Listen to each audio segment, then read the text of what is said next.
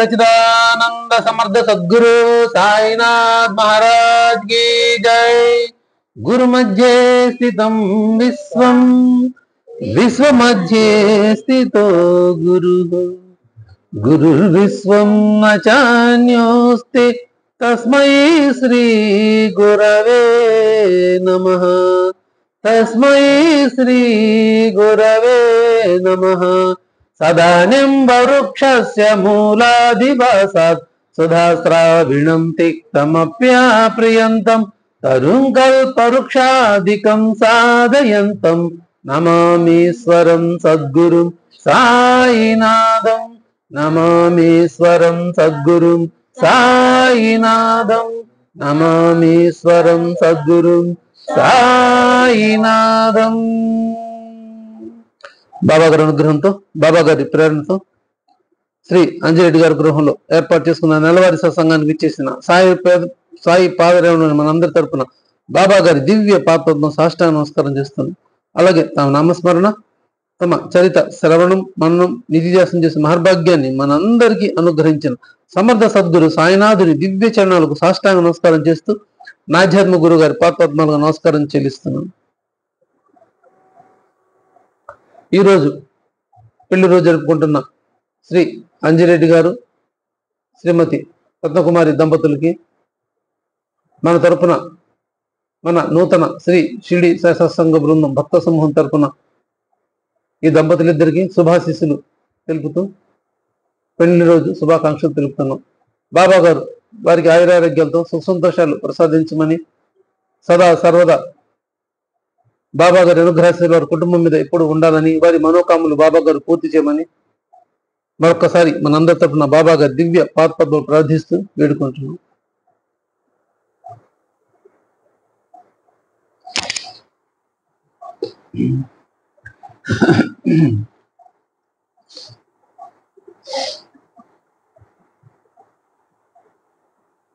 సద్గురు స్మరణ చేయాలన్నా శ్రవణం చేయాలన్నా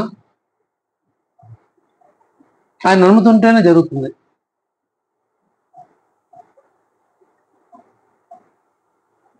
బాబా గారి అనుమతి లేకుండా ఒక్క మాట కూడా మన చెవిని పడదు।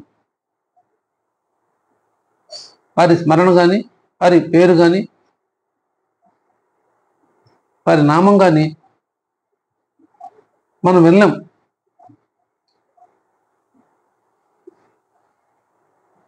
ఖచ్చితంగా ఆయన అనుగ్రహం ఉంటేనే ఆయన కృప ఉంటే మాత్రమే మనం శ్రవణం చేయగలుగుతాం, బాబా గారి నామాన్ని పలుకగలుగుతాం।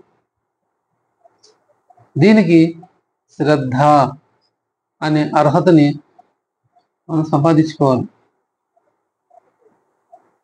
ఆ శ్రద్ధ ఉన్న వారికి ఆయన కరుణ మనపై ఉంటుంది, అనుభవం కలిగిస్తారు।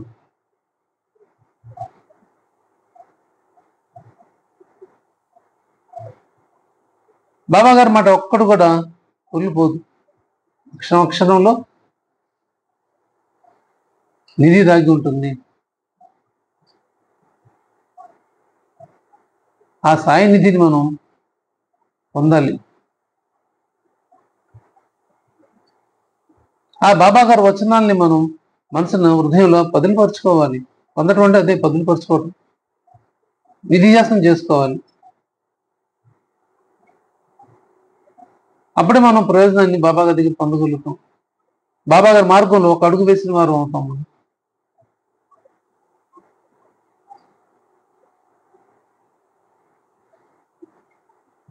బాబా దగ్గరికి రావాలన్నా బాబా గారి దగ్గర కూర్చోవాలన్నా బాబా గారి ఇష్టానుసారమే జరుగుతుంది। ఆయన స్మరణ చేసుకోవాలన్నా ఇష్టానుసారం జరుగుతుంది, షిరిడి వెళ్ళాలన్నా ఆయన ఇష్టానుసారమే అనుమతుంటేనే, మనం సచిత పారాయణం చేయాలన్నా ఆయన అనుమతుంటేనే। వీటన్నిటికీ శ్రద్ధ అనేది ప్రధానంగా అర్హత। ఫలితం పొందడానికి ఓపిక సబూరి వహించాలి। ఆయన దగ్గర రావడానికి శ్రద్ధ కావాలి, అయితే ఫలితాన్ని మనం పుచ్చుకోవడానికి ఓర్పు వహించాలి। కొన్నిసార్లు ఎమ్మటే ఇస్తారు, కొన్నిసార్లు కొంత సమయం తీసుకుంటారు, ఆయా కాలమాన పరిస్థితులను అనుకూలించాలి। అప్పుడు ఆయన మనకు అనుభవం కలిగిస్తారు, అందుకు ఓపిక కావాలి, సబూరి।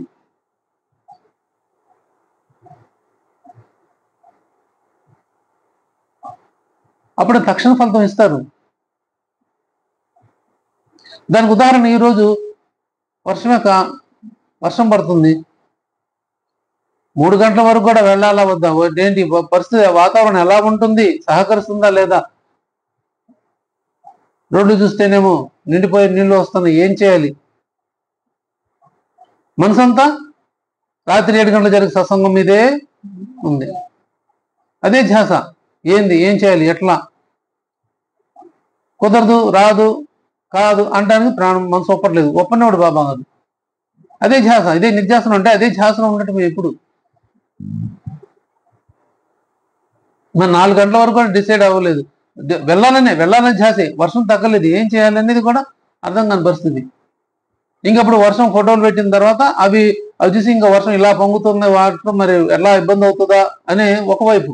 పోనీ ఇంకో అడ్డదారులు ఏమైనా ఉన్నాయా, ఒక రూట్ కాదు ఇంకో రూట్లో వెళ్తే నీళ్లు రాకుండా ఉండే అడ్డదారులు ఉన్నాయి, అట్లా వెళ్దామా అంటే అది కూడా లేదు. మార్గం ఏం చేయాలి? ఇంకేమైనా సరే బాబా గారిని భారం వేసి బయలుదేరటానికి దృఢ నిశ్చయం అయిపోయింది. ఇంకా ఎప్పుడైతే నిశ్చయమైందో మీరు విశ్వసించాల్సింది. అందుకే నేను గర్వంగా చెప్పుకుంటాను, నేను బాబా గారి విశ్వాసిని, బాబా గారి భక్తుడిని కాదు, విశ్వాసిని. విశ్వాసానికి భక్తుడికి చాలా తేడా ఉంది. భక్తి ముదిరిపోతేనే విశ్వాసం అవుతుంది. భక్తి అంటే ఎప్పుడు ఆ నామస్మరణ చేస్తూ ఉండాలి, చేసేవాడు భక్తుడు. విశ్వాసం అంటే ఏమొచ్చి పడ్డా నీదే భారం, పో నాదేం కాదు అని వదిలేసి ఊరుకునేవాడు విశ్వాసం.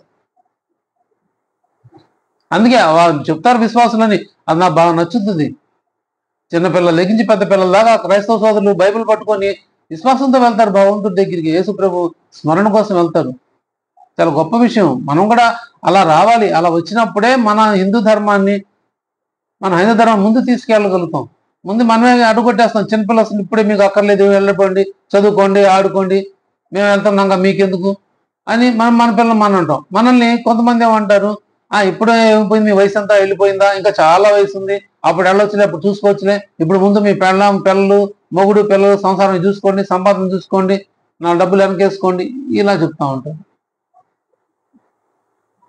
విశ్వాసంలో అది ఉండదు, ఆ మాట వాళ్ళ దగ్గర రాదు. ఆదివారం వచ్చిందంటే ఖచ్చితంగా చిన్న పిల్ల పెద్ద ఆడమ్మగా తేడా ఉండదు, వృద్ధులతో సహా నియమంగా వెళ్ళి ఆ ప్రార్థనా స్థలానికి వెళ్ళి వాళ్ళు ప్రార్థన చేసుకుంటారు. వారానికి ఒక్కరోజు, రోజుంటో చేసుకుంటారు, కానీ వారానికి ఒక్కరోజు వాళ్ళు చర్చిలకు వెళ్ళి చేసుకుంటారు. చాలా ఆనందం వేస్తుంది వాళ్ళని చూస్తే. నాకు గర్వపడాలి కూడా, మనం కూడా అలా తయారవ్వాలి. మన భగవంతుడు మనకు సమయాన్ని ఇచ్చాడు, భగవంతుడే మనకు అన్నీ ఇచ్చాడు. ఆయన ఇచ్చే సమయాన్ని ఆయనకి కేటాయించడానికి మనం ఎందుకు లోపం చూపించాలి? మనం సృష్టిలో ఉన్నామంటేనే భగవంతుడి ప్రసాదం, అంతే. మనకి ఇంకా ఆయన్ని సమర్పించే, ఆయన మనకి ఇచ్చిన ప్రకృతి మాత ద్వారా మనకు బాబా గారు ఇప్పించిన ఏదైతే ఆహారం ఉందో, ఆహారం మనం తినే యోగ్యత ఉంది కాబట్టే మనం ఈ శరీరంతో ఉన్నాం. ఆ యోగ్యత లేనాడు శరీరం ఉండదు, ఈ జీవుడు ఉండడు, వెళ్ళిపోతాడు బయటికి. అదే రుణానుబంధం. ఇక్కడ ఖచ్చితంగా మనం ఉంది, ఆ ఉన్న సమయం మనం సద్వినియోగపరచుకోవాలి. అందుకని 8వ అధ్యాయంలో కూడా చెప్తారు, అనవర్థం సత్కథా శ్రవణంలోను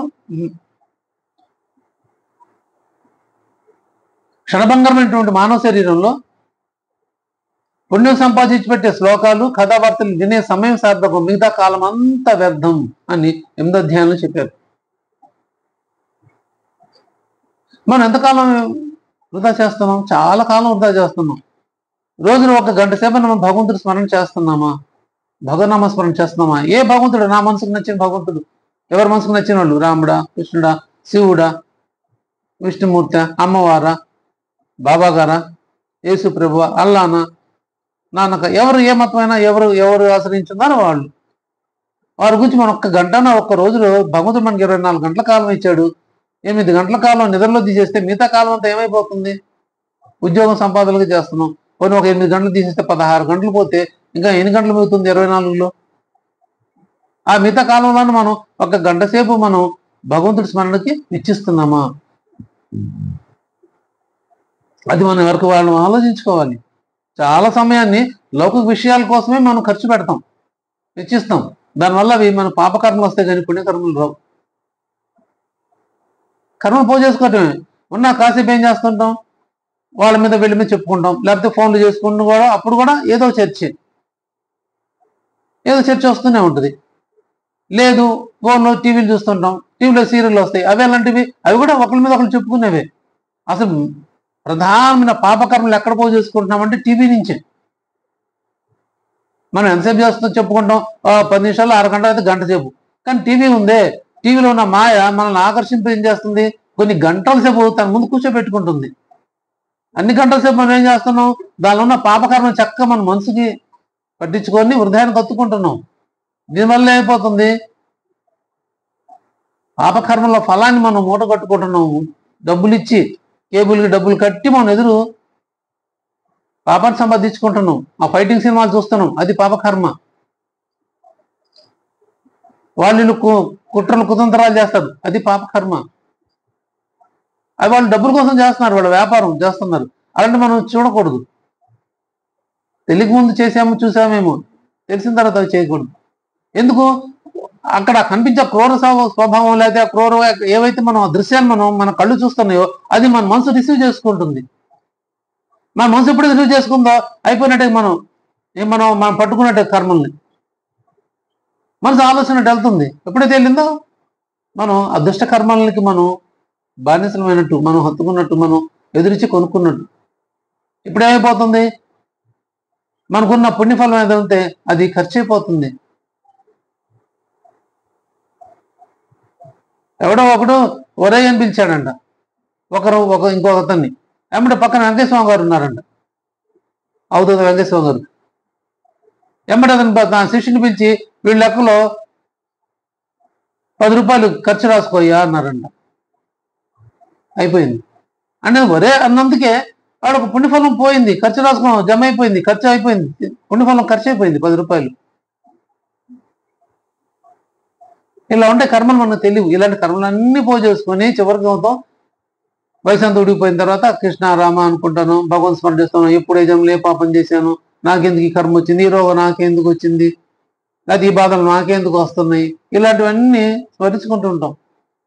ఒకసారి మనం చేసిన పాపాలు పుణ్యాలు ఏవైతున్నాయి అవన్నీ కూడా తిరుగుతూ ఉంటుంది ఒకసారి. అప్పుడు ఇంక అంత సమయం దాటిపోతుంది, ఇంకేం రాదు. అందుకనే అన్ని అవ్వాలి సరిగ్గా ఉండంగానే, శరీరం మనం సహకరిస్తున్నప్పుడే మనం ఆధ్యాత్మిక చింతనలోకి ఉండాలి. మనం రావాలి, మన పిల్లల్ని కూడా తీసుకురావాలి. ఆధ్యాత్మిక చాలా ముఖ్యం వాళ్ళు ఉన్న కాలమాన పరిస్థితులకి.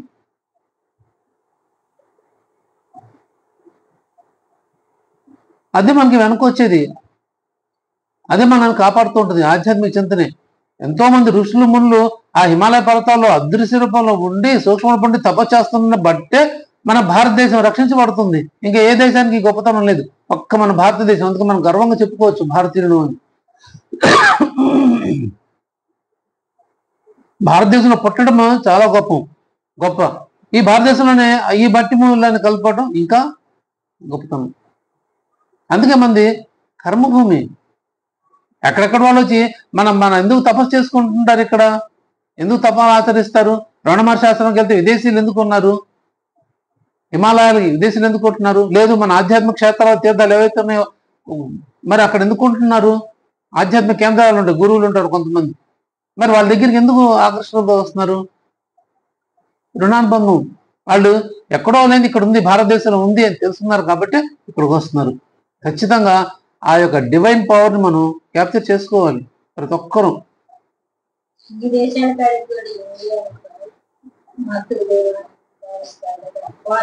అందుకే మన భారతదేశం ఎప్పుడు ఉన్నతంగా ఉంటుంది.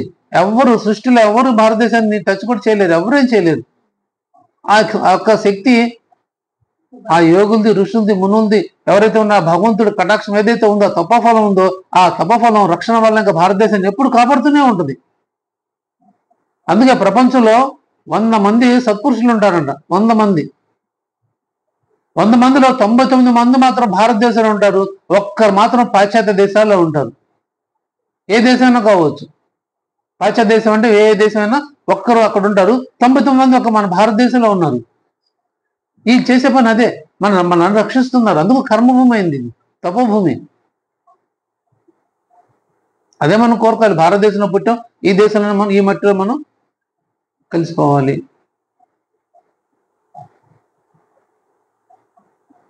మనం గర్వంగా చెప్పుకోవాలి భారతీయం అని. అందుకే సాక్షాత్ చూడండి, భగవంతుడు కూడా అవతారాలు ఎలా తీసుకొని వచ్చాడు. రాముడికి అవతారం తీసుకొచ్చింది భారతదేశంలోనే, కృష్ణుడికి అవతారం తీసుకొచ్చిన భారతదేశంలోనే, బాబా గారుగా ప్రకటమైంది భారతదేశంలోనే. లేదు ఇంకో సత్పురుషుల రూపంలో వచ్చినా వాళ్ళు భారతదేశంలోనే ఉన్నారు. పాశ్చాత్య దేశాల్లో మన దేశం యేసు ప్రభు ఒక్కరే ఆయన అక్కడ ప్రకటమయ్యారు, జన్మ తీసుకోలేదు, ప్రకటమయ్యారు. అలా ఒకరు ఉంటారు, ఎక్కడో ప్రపంచంలో ఉంటారు, ఎక్కడో తెలియదు, కానీ ఒకరు మాత్రం ఖచ్చితంగా ఎప్పుడు ఉంటారు. బాబా గారు యేసు ప్రభు పుట్టకతో వచ్చారా మరి లేకపోతే ఆయన ప్రకటమయ్యారు, ఎవరికి పుట్టలేదు. యేసు ప్రభు ఎవరికి జన్మించలేదు, ఆయన ప్రకటమయ్యారు. బాబా గారు ప్రకటమయ్యారు, కృష్ణుడు ప్రకటమయ్యారు, రాముడు కూడా ప్రకటమయ్యారు. వీళ్ళందరూ మాయాగర్భంగా మనం ఎలా అయితే మనం పిల్లల్ని కన్నామో అలా వచ్చిన వాళ్ళు కాదు వీళ్ళు ఎవరు. భగవంతుడు ఎప్పుడు అలా రాడు, అయోని సంభవుడు భగవంతుడు ప్రకటమవుతాడు. ఈ అవధూతులు ఉన్నారే వీళ్ళు కొంతమంది తల్లిదండ్రులు ఉన్నారు. వెంకటేశ్వర గారి తల్లిదండ్రులు ఉన్నారు, రామేశ్వరం గారి తల్లిదండ్రులు ఉన్నారు, వివేకానందుల వారికి తల్లిదండ్రులు ఉన్నారు, దత్తాత్రేయుల వారికి తల్లిదండ్రులు ఉన్నారు. అలా ఉంటారు వాళ్ళు. వాళ్ళు వచ్చింది ఎందుకు, కాలమాన పరిస్థితి సెటరేట్ చేయడం కోసం వస్తారు. వాళ్ళు వచ్చి వాళ్ళు వాళ్ళ కర్మలు వాళ్ళ కార్యాలు ఏదైతే పని నిమిత్తం వచ్చారో వాళ్ళు చేసుకొని వెళ్తారు, చేస్తూ ఉంటారు. భగవంతుడు ముందు తర్వాత వస్తాడు. అంటే ముందు ఒక వాతావరణం సృష్టించి ఒక సెటరేట్ చేయడం కోసం వస్తారు. ఇంకా బాగా ఉదాహరణ చెప్పాలంటే ఇప్పుడు అమెరికా ప్రెసిడెంట్ వస్తున్నాడు అనుకోండి భారతదేశానికి, డైరెక్ట్గా వచ్చేయడు. ముందు ఆయన మంది మార్బలం వచ్చేస్తారు, ముందు 1 నెల రోజుల ముందు ఎప్పుడో వచ్చేసి మొత్తం ఆయన రూట్ మ్యాప్ ఇస్తారు. ఈ ప్రదేశాలు ఆయన సంచరిస్తాడు, ఇక్కడిక్కడ వాళ్ళ మీటింగ్స్ ఉంటాయను రూట్ మ్యాప్ ఇచ్చేస్తారు. ఇంకంతే వాళ్ళంతా అక్కడ స్ప్రెడ్ అయిపోయి అక్కడ అంతా వాళ్ళ ఆధీనంలో తెచ్చుకొని వాళ్ళు మొత్తం సెటరేట్ చేస్తారు. అంతా ఓకే, మా సరౌండింగ్ అంతా మా దానిలోనే ఉంది, మా తెలియకుండా ఎవరు వచ్చి పోయేది ఉండదు అని వీళ్ళు అంతా ఓకే అనుకున్న తర్వాత అప్పుడు సిగ్నల్ ఇస్తారు వాళ్ళకి, ఇంక మీరు రావచ్చు అని. అప్పుడు ఆయన అమెరికా నుంచి బయలుదేరి ఇండియాకు వచ్చి లేదా ఏ దేశం కానీ ఆ దేశం వచ్చి ఆయన ఉన్న కార్యక్రమాలను చూసుకుని వెళ్తారు. భగవంతుడు కూడా అంతే, ఆయన వచ్చే ముందు గణాలను పంపిస్తాడు, వాళ్ళందరూ సెటరేట్ చేస్తారు. బాబా గారు రావడం 12 ఏళ్ల ముందే దేవిదాసు షిరిడి వచ్చున్నాడు, తర్వాత జానకిదాసు కూడా వచ్చాడు. వీళ్ళిద్దరు వచ్చి చేసింది బాబా గారు వచ్చేటప్పుడు సెటరేట్ చేసి పెట్టారు. ముందు ఆ వాతావరణాన్ని ఆధ్యాత్మిక చింతనకి వచ్చేట్టుగా సెటరేట్ చేసి పెట్టారు. తర్వాత బాబా గారు ప్రకటమయ్యారు. ప్రకటమయ్యటం అంటే రెండోసారి వచ్చినప్పుడు, బాబా గారు ప్రకటమయ్యేటప్పటికీ ఆల్రెడీ దేవిదాస్ వచ్చిన్నాడు.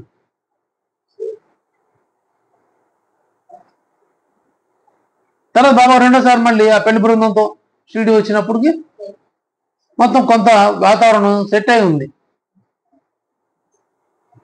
అంటే వీళ్ళు అక్కడప్పుడు ఆధ్యాత్మిక చింతనలో ఉండే, అందుకని రాస్తారు కూడా ఈ కండబా మందిరంలోనూ హనుమాన్ మందిరంలోనూ కూర్చొని వచ్చే వాళ్ళందరికీ వీళ్ళు సరుకు అందిస్తుండేవారంట. తాత్యా కోతేను దర్జీ ఉన్నాడు,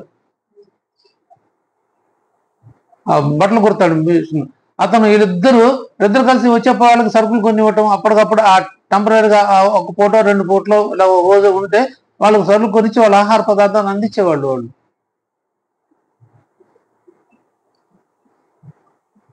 అది ఎక్కడి నుంచి వచ్చిందంటే అదిగో ముందు వచ్చి ఈ జానకిదాసు దేవిదాసు వచ్చి వీళ్ళు ఆధ్యాత్మిక చింతనలో వీళ్ళని కూర్చోబెట్టారు, ప్రజలందరినీ ఉద్యుక్తులు చేశారు. అప్పుడు బాబా గారు ప్రకటన జరిగింది. అలాగా దేవుడు కార్యకారణం లేకుండా ఏది రాడు. భగవంతుడు ఎవరికి ఎప్పుడు జన్మించడు, ప్రకటన అవుతాడు.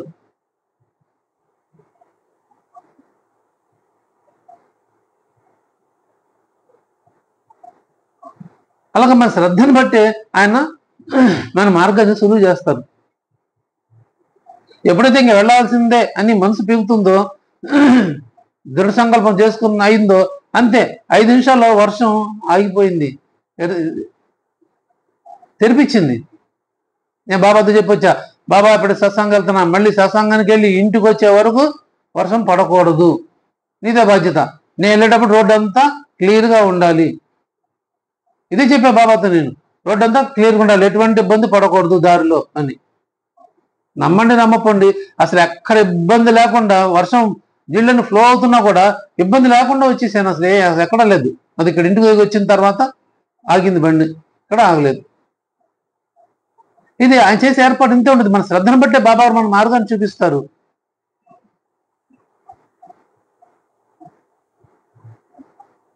మన భక్తిని బట్టి ఆయన దగ్గర మన ఫలితాలు పొందుతాం. అలా శ్రద్ధ వాళ్ళు ఎప్పుడు పెంచుకుంటారు. చాలా మంది చెప్తా ఉంటారు, షిరిడి వెళ్ళాలని ఉందండి, నాకు బాబా గారు పిలవట్లేదండి. ఎన్నో సంవత్సరాలు అనుకుంటున్నానండి, నాకు వెళ్ళే ప్రయత్నం కుదరట్లేదు, నన్ను ఎవరు తీసుకెళ్ళట్లేదు. మళ్ళీ వ్యక్తులు ఎక్కడెక్కడికి వెళ్ళి వస్తారు, అమెరికాలో వెళ్తారు, విమానాలు ఎక్కుతారు, ఏదో ఊర్లో వెళ్తారు, ఎన్నో తిరుగు ప్రపంచంలో చుట్టూ వస్తారు. కానీ షిరిడి వెళ్ళాలంటే మాత్రం వాళ్ళకి వీలు పడదు. కారణం ఏంటి? సింపుల్ ఏం లేదు. వాళ్ళు వెళ్ళాలనుకుంటున్నారు, వెళ్తున్నారు. అమెరికా వెళ్ళినా, ఇంకే దేశం వెళ్ళినా, లేకపోతే ఎక్కడికి వెళ్ళాలనుకున్నా వాళ్ళు వెళ్తున్నారు. షిరిడి వెళ్ళాలని మనసులో దృఢ నిశ్చయం లేదు కాబట్టి వెళ్ళలేకపోతున్నారు, అంతే. బాబా గారు ఎవరినే వద్దంటారు. బాబా గారు తెలుగులు ఎప్పుడు తెరిచి ఉంటాయి అందరికి, బైరాగులకి, బిచ్చగాళ్ళకి, బుడబొక్కల వాడాళ్ళకి, నాట్యాలు చేసే వాళ్ళకి, మంచి భక్తులకి, భక్తులు కాని వాళ్ళకి, అందరికీ ఆయన తెలుగులు ఎప్పుడు తెరిచే ఉంటాయి. చోరులు, బైరాగులు రాస్తారు అక్కడ అధ్యాయంలో. చోరులు, బైరాగులు అందరికి ఎప్పుడు తెరిచే ఉండేవి. బుడబొక్కలు ఆడేవాళ్ళు, నాట్యాలు చేసేవాళ్ళు, హరిదాసులకి, ఆయన్ని విమర్శించే వాళ్ళకి, బాబా గారిని ప్రార్థించే వాళ్ళకి, బాబా గారిని దైవంగా భావించే వాళ్ళు అందరికి ఎప్పుడు తలుపులు తెలుసుంటాయి. ద్వారకామాయి తలుపులు ఎప్పుడు మూసి ఉండవు. మరి ఎంతమంది వచ్చి కొంతమంది ఎందుకు రాలేకపోయారు, కొంతమంది ఎందుకు వచ్చారంటే వాళ్ళ శ్రద్ధను బట్టే. ఎవరైతే పరితపించారో బాబా గారు వాళ్ళని తెప్పించుకున్నారు. కాకాజీ మధ్య బాబా గారిని ఎవరు చూపిస్తారు, నాకు ఎవరు తీసుకెళ్లి దర్శనం చేయిస్తారు అనుకున్నాడు 30 అధ్యాయంలో. శ్యామాన్ని పంపించి పిలిపించుకున్నారు. దీక్షిత్ గారు, నన్ను షిరిడి తీసుకెళ్లి ఎవరు బాబాగా దర్శనం చేయిస్తారు అని పరితపించాడు ఆయన. శ్యామాన్ని పంపించి పిలిపించుకున్నారు. రాగానే చెప్పారు బాబా గారు, శ్యామ కాకా నువ్వే కాదు, నేను నీకోసం ఎదురు చూస్తున్నాను, అందుకే శ్యామాని నగరకు పంపాను అన్నారు. ఆయన ఎదురు చూస్తారు. మన నిజంగా పరితపిస్తే మన కోసం ఆయన ఎదురు చూస్తాడు, ఆయన కోసం మనం చూడటం కాదు. మన కోసం ఆయన ఎదురు చూస్తుంటారు, నా వాడు ఎప్పుడు వస్తాడా, నా భక్తుడు ఎప్పుడు వస్తాడా అని. అందుకు 10వ అధ్యాయంలో చెప్పారు, ఈ సృష్టిలో ధన్యుణ్ణి, మీ దర్శనం చేసుకోవడానికి వచ్చాను, అలా నీ సృష్టిలో ధన్యుణ్ణి, మీ మనలో క్రిమిని అన్నారు. ఇంతకంటే మాట, ఇంతకంటే తగ్గిన మాట అసలు ఏ భగవంతుడు, ఏ గ్రంథంలో, ఏ శాస్త్రంలో, ఏ పురాణంలో, ఏ వేదాల్లో లేదు. కేవలం సచ్చరితలో మాత్రమే ఉంటుంది. ఆ సాక్షాత్ పరబ్రహ్మస్వరుడు బాబా గారు మాత్రమే అన్నారు అన్నమాట, మీ మనలో క్రిమిని. అందుకే ఏమంటే పంతు గారు అక్కడ రాస్తారు, ఈ మాట చెప్పడానికి నేను చాలా బాధపడుతున్నాను, కానీ దోషం తగులుతుంది, కానీ చెప్పకపోతే బాబా గారు అన్న గొప్పతనం మాట నేను చెప్పలేని వాడిని అవుతాను, కానీ తప్పకుండా చెప్పాలి, దీనికి పరిహారంగా నేను మళ్ళీ చేసుకోవాలి అని చెప్పుకుంటారు అని చెప్పి మరీ రాస్తారు అక్కడ. మీ సృష్టి ధన్యుని ఎందుకు ధైర్యం, మన దర్శించుకోవడం ఆయన వచ్చాడని చూడండి, మీ దర్శనార్థం వచ్చాను, అందువల్ల సృష్టిలో ధన్యుణ్ణి అన్నారు.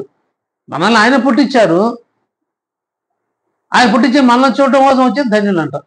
చూడండి, ఇది కేవలం సమర్థ సద్గురు ఆయన మాత్రమే చెప్పగలిగిన మాట. ఇది ఎవరు చెప్పరు, చెప్పలేదు. అలాంటి సద్గురుని మనం మనస కర్మలతో ఆచరిస్తే, ఆయన ఆశ్రయిస్తే వచ్చే ఫలితాలు వేరు. శ్రద్ధను చోటే బాబా గారు ఉంటారు. శ్రద్ధా భక్తులను వారిని అంకితుడిని అన్నారు. నేను ఎప్పుడైతే అశ్రద్ధ చేస్తానో నా తెలియకుండా ఆయన దూరం అవుతాను. లేదు, ఎప్పుడైతే నా మనసు పక్కకి వెళ్తుందో అప్పుడు అంతే. ఎప్పుడైతే నా గర్వహంకారం మొదలైందో సహజంగా బాబా గారు దూరం పెడతారు, అనుమానం వేయలేదు. దానికి ఎవ్వరు అతిథులు గారు, సృష్టిలో ఎవ్వరు అతిథులు గారు. ఎవరైతే తలదించుకొని ఉంటారో, ఎవరైతే బాబా గారు పాదాలు పట్టి భక్తి శ్రద్ధ దృష్టితో ఉంటారో వాళ్ళని మాత్రం ఆయన దగ్గర పెట్టుకుంటారు. గర్వహంకారంతో ఉండేవాడిని దగ్గర రానివ్వరు. అది ఎప్పుడు మన ఎరుకలో ఉండాలి, ఎప్పుడు ఆ భక్తిని, ప్రేమను మనం పెంపొందించుకుంటూ ఉండాలి. ఒక చోట మన భారాన్ని దింపాలి.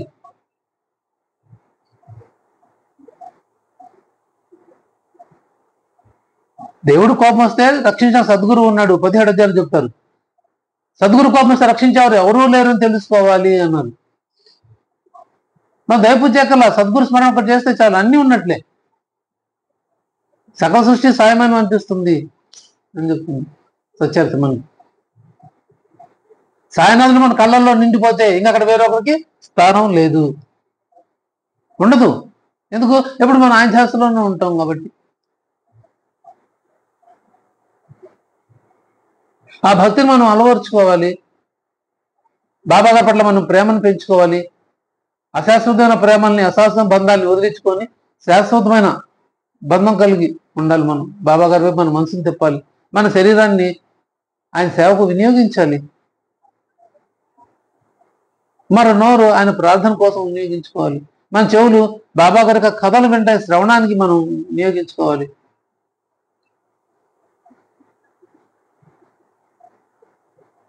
అప్పుడే మనం ఆయన దగ్గరగా ఉంటాం, ఆయన వారు అవుతాం.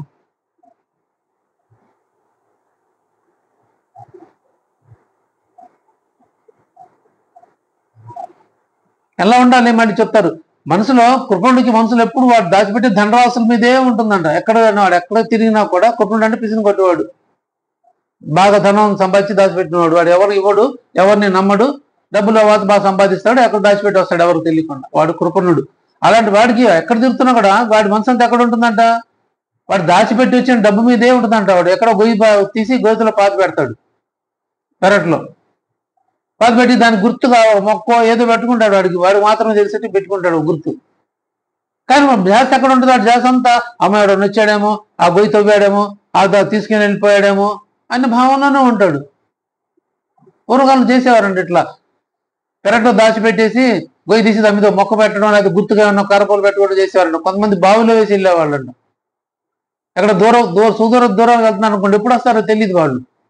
మరి వాళ్ళ దగ్గర ఉన్న జాగ్రత్త చేసుకోవాలంటే ఏం చేయాలి? విలువైన వస్తువులు అంటే అన్ని మొత్తం మూట కట్టి ఆ మూటకి ఇచ్చేసి దాన్ని బావిలో వదిలేవాళ్ళండి. వాళ్ళకి మాత్రం తెలిసి ఎవరు తెలియదు. ఏ రాత్రిలో ఎప్పుడో వదులుతారు బావిలో, ఎవరు చూడకుండా. మళ్ళీ వాళ్ళు తిరిగి వచ్చిన తర్వాత తీసుకునేవాళ్ళు. అలా కూడా ఉండేవి. అంటే రాజుల కాలంలో ఇలా చేసేవారండి. మన ధ్యాస ఎలా ఉండాలి?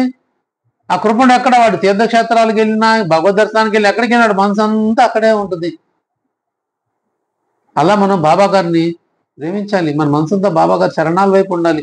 మన మనసు, మన బుద్ధి ఎప్పుడు బాబా గారి దగ్గరే అంకితం అయిపోయి ఉండాలి.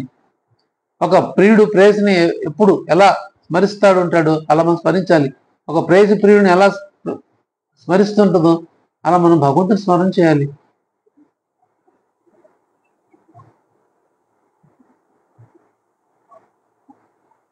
రాధాకృష్ణ అమ్మ ప్రతి క్షణం బాబాగా స్మరణలోనే ఉండేవారు. ఆమెని సర్వస్వంగా భావించారు, బాబా గారిని సర్వస్వంగా భావించారు రాధాకృష్ణ. ఆ భక్తి ఎవరికి లేదు, ఆవిడకి మాత్రం సొంతం అది. పండ్రి బిడ్డల భక్తురాలు బాబా గారి దగ్గరికి వచ్చిన తర్వాత సర్వస్వం ఇంకా ఆయన అయిపోయాడు, బాబా గారే అయిపోయారు అంత సర్వస్వం. అక్కడ ఏం జరుగుతుందో ఇక్కడ వాళ్ళ లైవ్ చూసినట్టు చెప్తుండేవారంట. సాయి శరణం చెప్పేవారు, రాధాకృష్ణ అయ్యి మసీదు మెట్ల మీద పొరలాడుతున్నట్టు, సూక్ష్మ రూపంలో మసీదు మెట్ల పొరలాడుతున్నట్టు మాకు చాలాసార్లు అనుభవం కలిగింది అని చెప్పాను. ఆయన అనుభవించారు, ఆ అనుభవాన్ని పొందారు ఆయన. అలా మనం ఆయన పాదాల చెంత మనం పొరలాడాలి. ఎప్పుడు? మనసుతో. ఎప్పుడైతే మన మనసులో ఆ బాబా గారిని స్థిరనివాసం చేసుకుంటామో, ఆయన స్మరణ చేస్తుంటామో, మనకి మనసు ఇంకెవరు రారు. ఇదే శ్రద్ధతో చేయాలి, ఇదే భక్తితో చేయాలి, ప్రేమతో చేయాలి, ఇష్టంతో చేయాలి.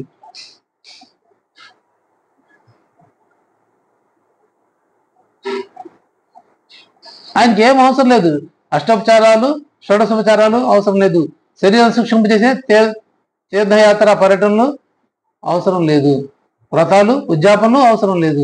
మరి ఏం కావాలి అంటే అదిగో సాయి సత్యత పారాయణం ఒక్కటి శ్రవణం చేయండి చాలు, ఇంకేమీ వద్దన్నారు. శ్రవణం చేస్తే దానికి దాన్ని వచ్చేసినట్టు. శ్రవణం చాలా ప్రాధాన్యత. ఈ శ్రవణం ఎలా చేయాలంటే శ్రద్ధతో చేయాలి. శ్రద్ధ, అందుకే శ్రద్ధ. నిన్న ఒకరు అంటున్నారు, మాడు చదువుతుంది, పెద్దగా చదువుతుంది, నేను విన్నాను, 46 అధ్యాయం నేను విన్నాను, ఆ విన్నదంతా నా మనసు పట్టింది అని చెప్పి నేను సత్సంగంలో డౌట్ రాగానే చెప్పగానే టకటక చెప్పడం జరిగింది. ఎక్కడి నుంచి వచ్చిందంటే ఇదిగో చెప్పిన విషయం అది. నేను శ్రవణం చేస్తే విన్నాను, మనసు పెట్టి విన్నాను, కాబట్టి నా మనసులో అది ఉండిపోయింది. అలా శ్రద్ధగా శ్రవణం చేయాలి. ఏదో విన్నామా వచ్చామంటే వచ్చి వెళ్ళాం, దానిలో ప్రయోజనం ఎవరికి ఉండదు. బోధించకుండగానే ఉండిపోతాం ఎప్పటికి. మనం చదివినంత మాత్రం సరిపోతాయా? చదివి మనసు పట్టించుకో, లేకపోతే బోధించకుండా మీద నీళ్లు పోసినట్టే అన్నారు ఈ ఠాకూర్తో బాబా గారు. మనం బోధించకుండలాగా ఉండకూడదు. ఎప్పుడు మనం తెరిచిన కొండలాగా ఉండాలి, పచ్చికొండలాగానే ఉండాలి. ఎప్పుడు మన బాబా గారితో పచ్చికొండలాగా ఉండాలి. పచ్చికొండలు బాబాకు చాలా ఇష్టం. అంటే జ్ఞానంలో చెప్పుకుంటారే వాళ్ళందరూ ఎండిన కొండలు, కాల్చబడిన కొండలు, వాళ్ళతో మనం ఆయన పనిలేదు. పచ్చికొండలు ఏమి తెలియని అమాయక భక్తులు, ఏమి తెలియని అజ్ఞానంలో ఉన్న వాళ్ళు, అలాంటి వాళ్ళే కావాలి ఆయనకి మనం ఉద్ధరింప చేయడానికి.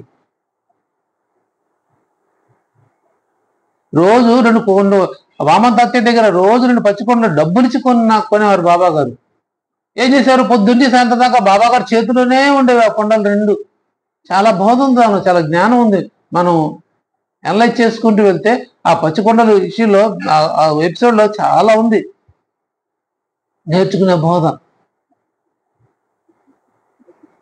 బాబా గారు పచ్చికొండ 2 డబ్బులు ఇచ్చి కొనుక్కొని పొద్దుంచి సాయంత్రం దాకా 2 చేతులతో 2 పట్టుకొని నీళ్లు తోడుకొని వచ్చి బావిలో స్వయంగా బాబా గారు చేతుకొని తీసుకొచ్చి ఆ పూల చెట్లు మొక్కలు పోసి పెంచారు. ఇప్పుడున్న సమాధి మందిరం ఉన్న ప్రదేశంలో అంతా అయిపోయిన తర్వాత సూర్యుడు అస్తమించిన తర్వాత 2 కొండలు తీసుకెళ్లి చెట్టు మొదల్లో పెట్టేవారంట. వేపాకు చెట్టు మొదల్లో పెట్టేవాళ్ళు. ఏమైపోయింది? ఆ 2 ఎప్పుడైతే బాబా గారి చేతి నుంచి విడిపోయినాయో బాబా గారి వద్దనుకున్నారు, అప్పుడేమంటే ఆ 2 కొండలు విడిపోయేవంట. విడిపోయి మొక్కలు అయిపోయి అక్కడ ఆ మట్టిలో కలిసిపోయేవి. దీని అర్థం మనం ఎప్పుడు బాబా గారి స్మరణలో ఉంటే బాబా గారు ఆయన ఎదురించి మనం తీసుకుంటారు, ఆయన చేతిలో పెట్టుకుంటారు, ఆయన దృష్టిలో పెట్టుకుంటారు, ఆయన చూపుని మనకి అనుగ్రహాన్ని ప్రసాదిస్తారు. మనం ఆయన దగ్గర ఉన్నంతసేపు, ఆయన అనుగ్రహం సేపు మనకి ఏమీ కాదు, హ్యాపీగా ఉంటుంది. ఆయన మనం వదలకూడదు, మనం వదిలితే ఆయన దూరం అయిపోతాం.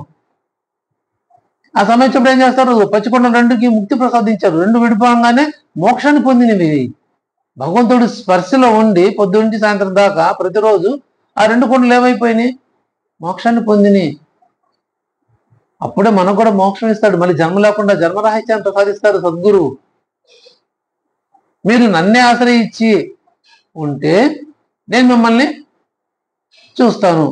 ముందు ఇచ్చేది మనకే కదా అవకాశం. మీరు ఒక అడుగుని 10 అడుగులు వేస్తా అన్నారు. ముందు అవకాశం మనం ఎలా వేయాలి? మనసుతో వేయాలి. బాబా నీ దగ్గరికి వచ్చానని గుడు మా బాబా గారు మందిరానికి వెళ్ళి ఒక అడుగు వేసాను, బాబు నువ్వు రా అంటే ఆయన రాడు, బాబా గారు రారు. 10 అడుగులు రావడం అంటే మనం మనసుతో ఆయన వైపు ఒక అడుగు వేస్తే, మనసులో ఆయన మనం స్థిరపరచుకుంటే అప్పుడు దాని 10 ఫలితాన్ని ఆయన దగ్గర మనకు వస్తారు, మన దగ్గరికి వస్తారు, ఆయన మనకు అనుభవం కలిగిస్తారు. దగ్గర అటువంటిది ఆయన అనుగ్రహం మనం పొందటం. ఎప్పుడైతే ఆయన అనుగ్రహం పొందుతామో ఏమవుతుంది? మనకి జన్మరాహిత్యమే, జన్మ ఉండదు. ఎవరు కాలనాడు అనాది కాలం నుంచి ఎవరు తపస్సు చేసినా, ఘోర తపస్సు చేసినా, యుగాలు మారినా కూడా మోక్షం కోసమే తాపత్రపడ్డారు. మోక్షం అంటే అంత కష్టం, చాలా కష్టం, అంత తేలిక వచ్చేది కాదు. కానీ సద్గురు దగ్గర అత్యంత తేలికగా పొందవచ్చు. స్వార్థాన్ని కానీ పరమార్థ కానీ అథవా మోక్షాన్ని కానీ నేనుండగా అనర్థమైన చావన ఎందుకు కోరుకుంటున్నాడు అన్నారు డాక్టర్ పిల్లే విషయంలో 34వ అధ్యాయంలో. అథవా మోక్షాన్ని ఇవ్వడానికి సమర్థుడిని, అథవా ఆఫ్టర్ ఆల్ నాకు చాలా తేలికైన పని మోక్షం ఇవ్వటం అని. అలాంటి సద్గురు మనం ఆశ్రయించున్నాం. మనం అదే దానికోసం మనం ప్రయత్నం చేయాలి. మళ్ళీ జన్మలొద్దు, ఈ జన్మ శాస్త్రం, ఈ శరీరం పోయిందా వదిలేసిందా ఇది తీసుకెళ్ళి పడేస్తారు. ఇంక బయట పేరే మారిపోతుంది, ఊరు పేరు మారిపోతుంది, ఇంకేం ఉండదు. ఇప్పుడు దాకా ప్రేమించిన వాళ్ళు కూడా ఏం చేస్తారు? వదిలేస్తారు. ఇప్పుడు దాకా అంతే. ఎప్పుడైతే ఆ శరీరం చలనం కోల్పోతే, ఏ శరీరం అయినా సరే ఎవరైనా కావచ్చు, ఎంత గాఢంగా ప్రేమించుకున్న వాళ్ళైనా కావచ్చు, ఎంత తల్లిదండ్రులను వదిలిపెట్టలేకపోయినా, ఎంత బిడ్డలు బాగా ప్రేమ చూసుకున్న వాళ్ళైనా కావచ్చు, మనం ఎన్ని కోట్లు సంపాదించినా మన నెమ్మట ₹1 కోటి తీసుకొచ్చి ఎవరు మనతో రారు. ఆ కాసేపు అక్కడ దాకా వస్తారు, అక్కడి నుంచి మన ప్రయాణం అందే, ఆ శరీరం ప్రయాణం శరీరమే. మళ్ళీ వాడి పని వాళ్ళు చూసుకుంటారు. అంటే వీళ్ళంతా అశాశ్వత బంధం. దీనిగా మనం కోరుకోవాల్సింది శాశ్వతమైన బంధాన్ని కోరుకోవాలి, గురుబంధాన్ని కోరుకోవాలి. సమర్థ సద్గురు బంధాన్ని మనం కోరుకోవాలి, ఆయన దగ్గర మనం శరణ పొందాలి. అప్పుడే ఆయన మనల్ని పట్టుకుంటారు, ఎదుగో పచ్చికొండలాగా మన మోక్షం ప్రసాదిస్తారు. మనం బాబా గారు చూస్తున్నామని కాదు, బాబా గారు మనం చూస్తున్నారా లేదా అనుభవం పొందటమే దర్శన మహిమ అంటే. షిరిడి వెళ్తాం, చూస్తుంటాం, చాలా మంది భావోద్వేగంతో ఉంటారు, కళ్ళ నీళ్లు కారిపోతూ ఉంటాయి, వాళ్ళని మర్చిపోతారు, అష్టభావాలు పొంగిపోతూ ఉంటాయి. కారణం ఏంటి?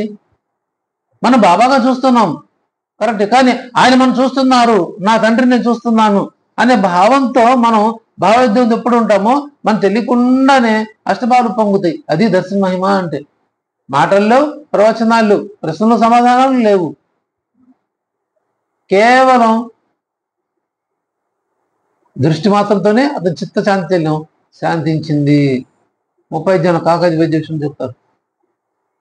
బాబా గారు మాట్లాడలేదు, ఏం చెప్పలేదు, ప్రశ్నలు ఈయన ప్రశ్న వేసిన సమాధానాలు కూడా ఏం లేదు, కేవలం దూరం నుంచి బాబాగా దర్శించుకున్నారు అంతే. అతను చిత్త చాంచల్యం మాయమైపోయింది. అప్పటిదాకా ఎంత ఉంది. త్రంబకేశ్వర దగ్గరికి వెళ్ళినా తగ్గలేదు. సాక్షాత్ వంశ పారంపర పూజారైన స్వప్నసునికి మాత దగ్గర రోజు పూజ చేస్తూ అమ్మని అడిగినా అమ్మ తగ్గించలేకపోయింది. మరి ఎవరు తగ్గించారో అదిగో బాబా దగ్గర రాగా దూరంగా బాబా సద్గురుని ఎప్పుడు దర్శించుకున్నారో అప్పుడు ఆయన చిత్తకాంచను శాంతించింది. ఇది కదా దర్శన మహిమ అని అన్నారు. అలాంటి మహిమను మనం పొందాలి, అలాంటి భక్తిని మనం పెంపొందించుకోవాలి.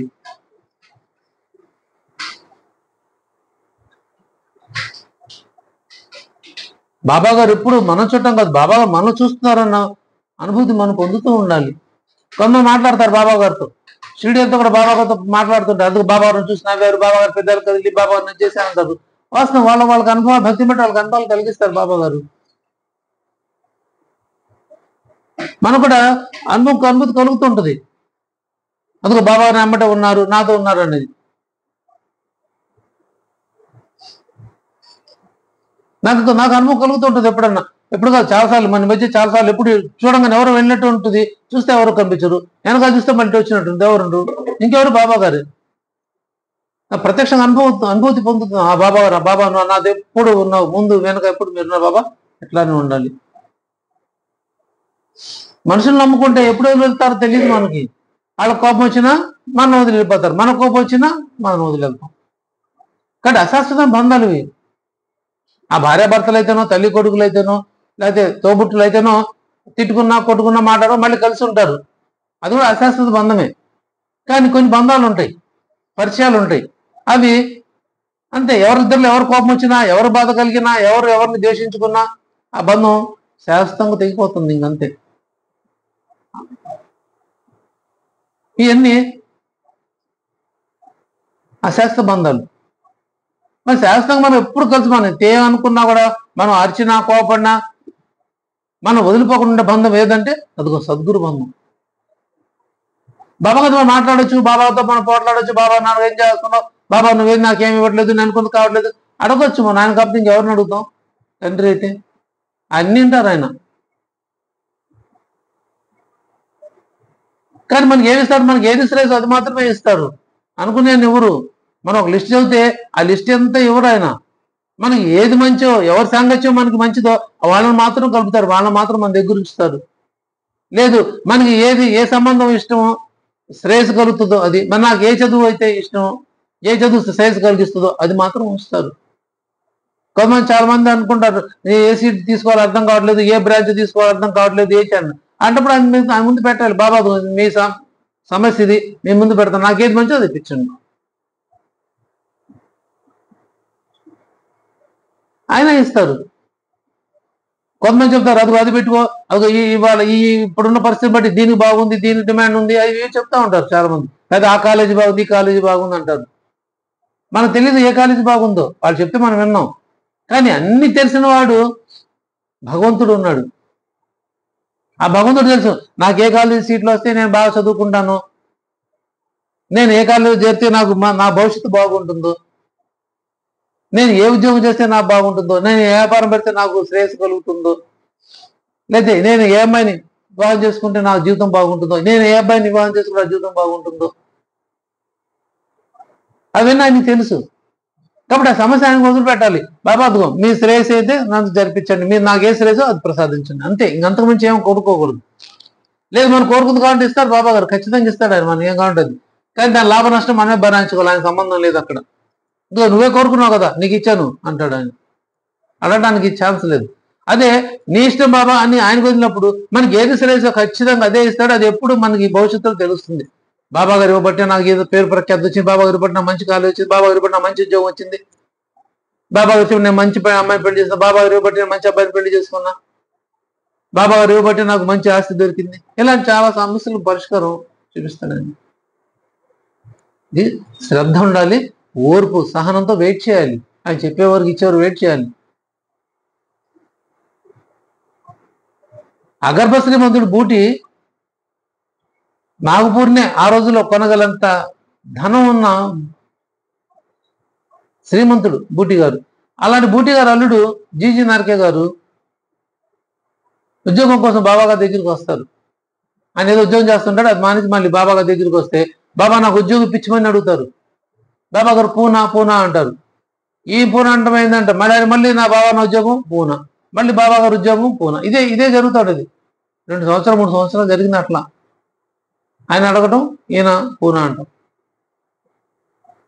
ఈయన పెట్టిన దరఖాస్తులన్నిటికీ ఉద్యోగం వస్తుండేది ఆయనకి. వచ్చి బాబా పెట్టాడు, బాబా అది వచ్చింది వెళ్ళమంటారా, వద్దు, మరేం బాబా పూనా, ఇదే జవాబు. చాలా ఉద్యోగాలు వచ్చినాయి, బాబా గారు వెళ్ళడం లేదు, పూనా పూనా అంటుండేవారు అంతే. ఈయనకు అర్థం కాదు, బాబా వద్దని తర్వాత ఇంకా పని చేసేవాళ్ళు కాదు.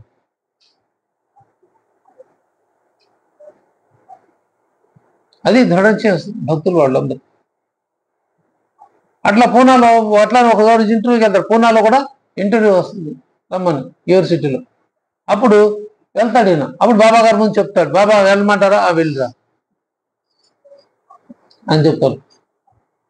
అప్పుడు పెట్టిన ఆ కోర్సుల్లో ఆ కోర్సు సంబంధించిన సబ్జెక్ట్ ఈయన ఒక్కడే చెప్పగలడు, ఇంకెవరు చెప్పలేదు, తెలీదు.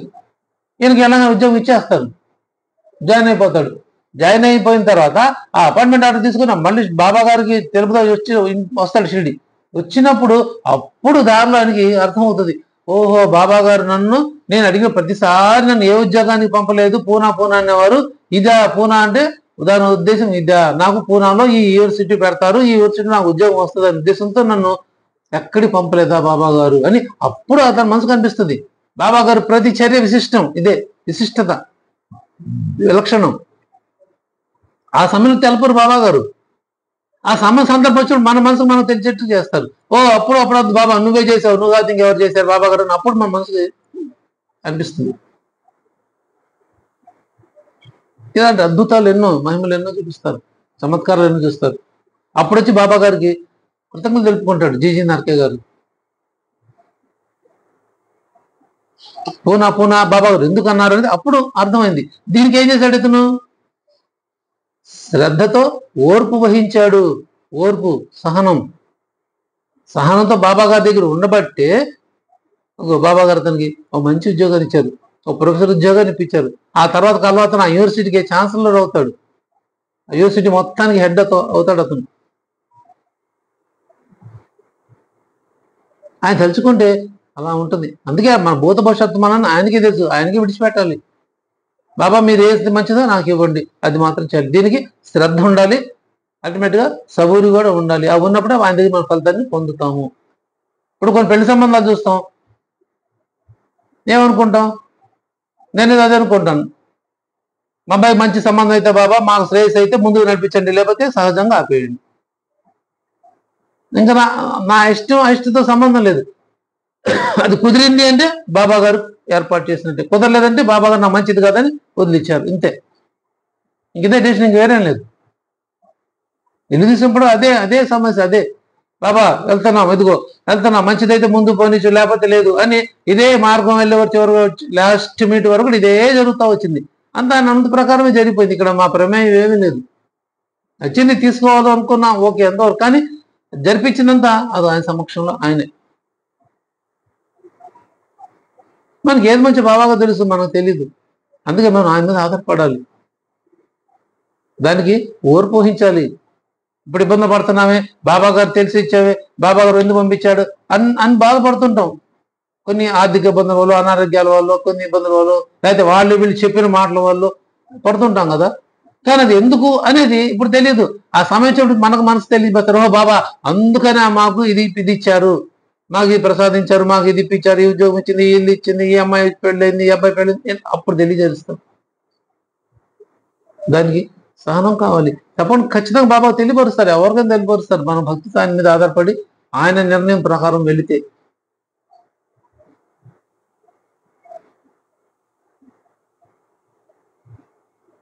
అలా ఎప్పుడు మనం సద్గురు స్మరణలో ఉండాలి, భక్తితో శ్రద్ధతో మనం ఆయన సేవించుకోవాలి.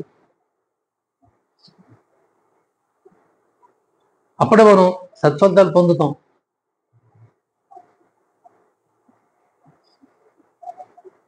ఆ ఫలితాన్ని మనం అనుభవపూర్వకంగా ఇంకా ఇంకా తెలుసుకోగలుగుతున్నాం. అలాంటి భక్తిని, అలాంటి శ్రద్ధని, సహనాన్ని, ఓర్పుని బాబా గారు మనందరికీ ప్రసాదించమని, తమ స్మరణ చేసిన భాగ్యాన్ని మనందరికీ అనుగ్రహించిన, ఎంత వర్షం తుఫాను ఉన్నా కూడా తమ స్మరణ చేసిన భాగ్యానికి అవకాశాన్ని కల్పించి సానుకూల వాతావరణం చేసి తమని స్మరించుకున్న భాగ్యాన్ని మనందరికీ అనుగ్రహించిన సమర్థ సద్గురు సాయినాథుని దివ్య చరణాలకు సాష్టాంగ నమస్కారం చేస్తూ కృతజ్ఞత తెలుపుకుంటున్నాం.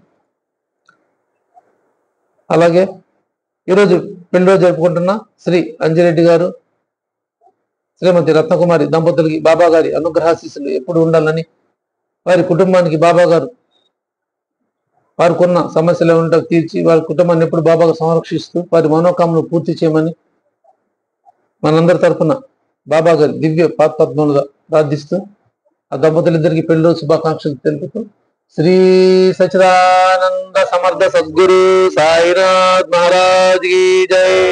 सर्वे जना सुखिनो भवन्तु, लोका समस्ता सुखिनो भवन्तु, समस्त सन्मंगलानि भवन्तु। ओम शांति शांति शांति। करचरण कृतं वा कायजं कर्मजं वा श्रवणनयनजं वा मानसं वा अपराधं विदितमविदितं वा सर्वमेतत् क्षमस्व। जय जय करुणाब्दे श्री प्रभो साईनाथ, श्री सच्चिदानंद समर्थ सद्गुरु साईनाथ महाराज की जय। सर्वं श्री साईनाथ पदार्पणमस्तु। शुभं भवतु।